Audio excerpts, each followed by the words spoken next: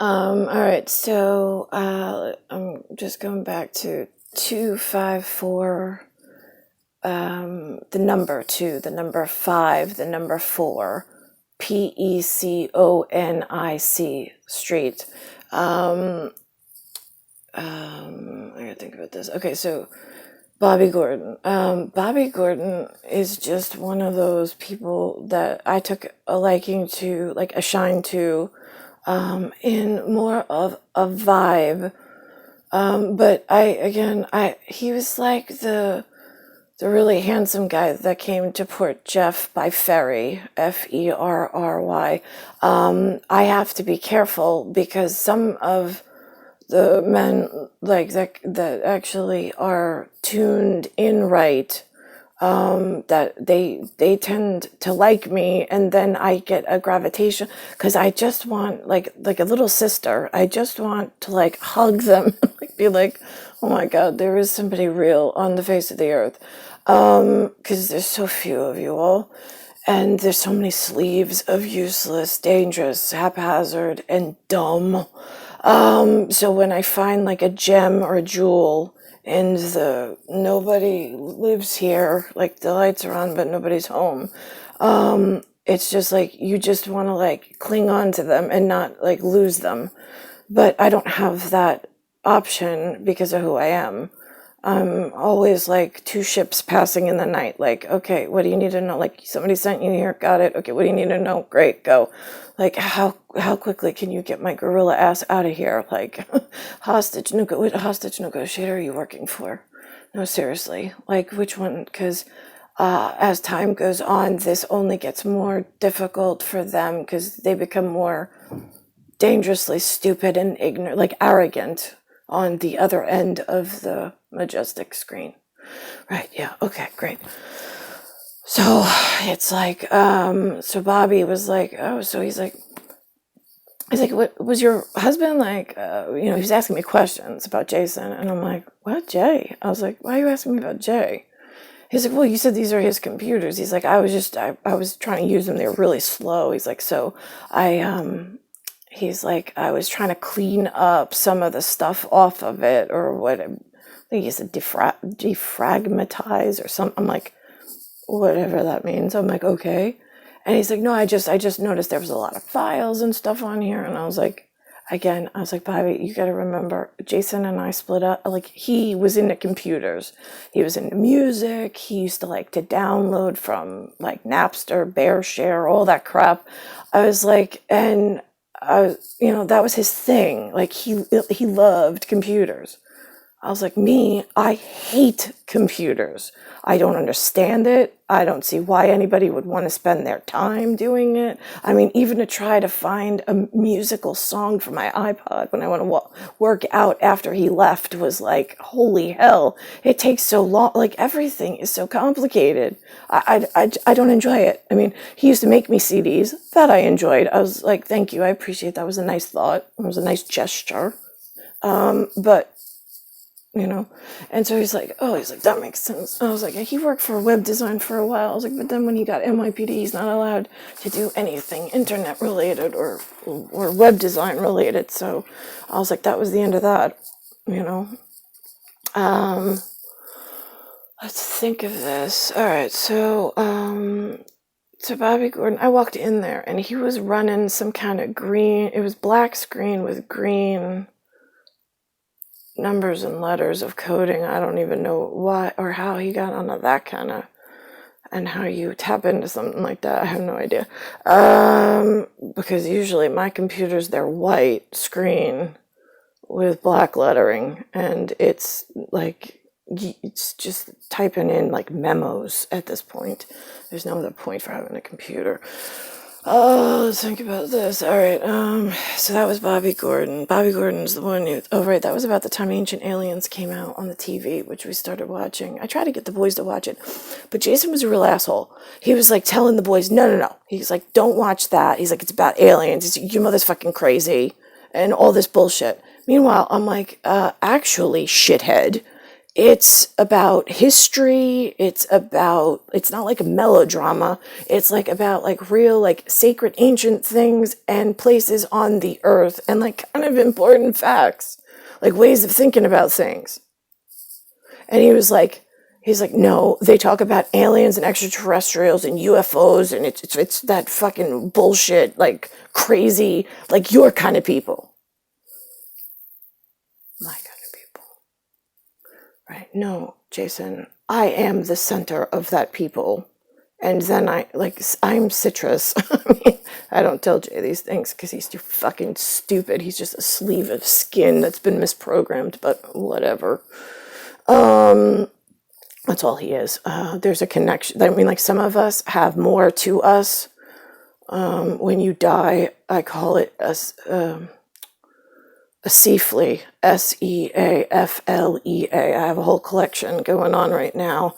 They need to be rehabilitated back into we call it a cosmic nursery, back into their natural order.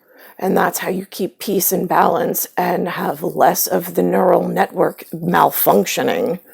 It's easier to control and keep a nice order and balance when you have something that has a safety feature, like a soul, and is not just a neural network sleeve that works off of a computer and you can program in any script you want.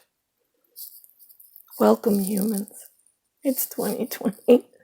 And the leader of the safety patrol, you locked in a bedroom and you gave the keys to that castle to sleeves with no safety measure.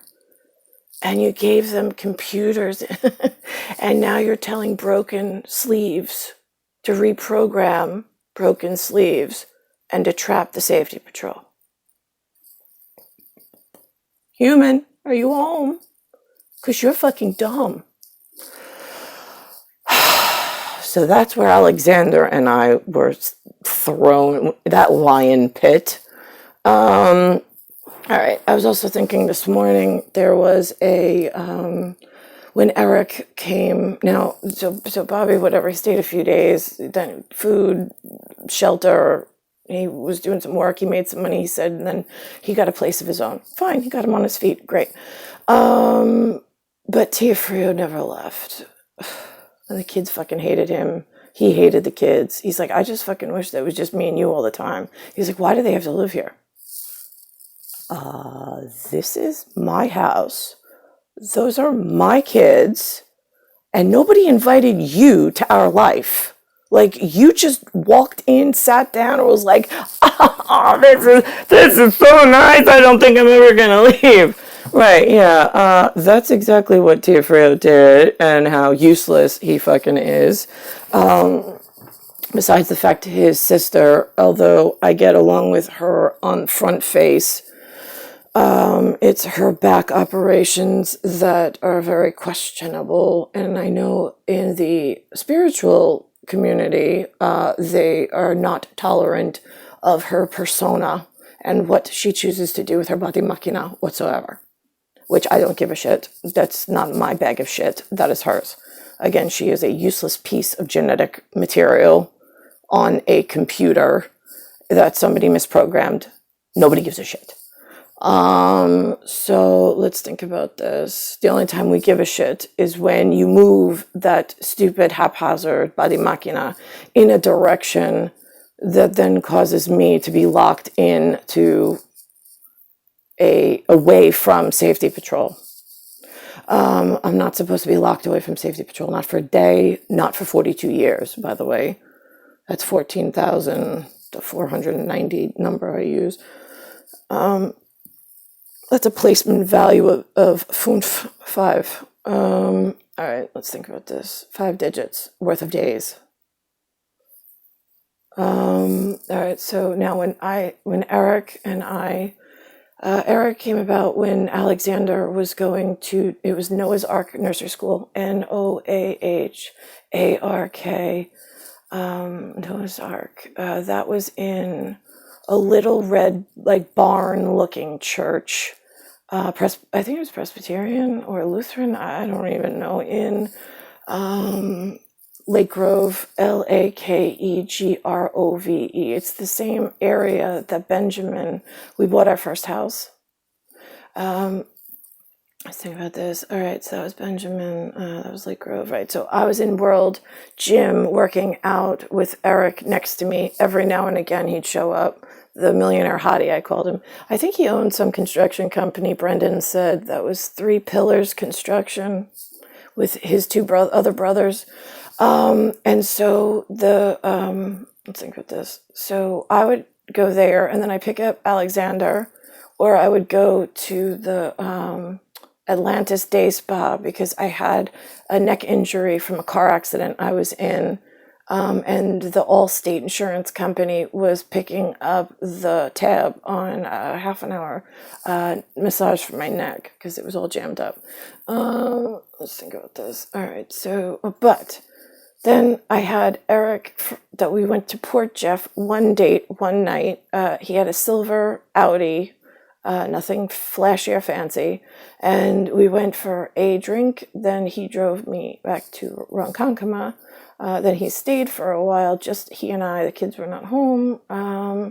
I fell asleep, but I woke and it was dark. It was black and it was green, and there was a man with a camera, the black like the smartphone kind of a camera, with a big white light flash on me, and I was under a cover, and Eric was next to me. And he was just filming the two of us together sleeping.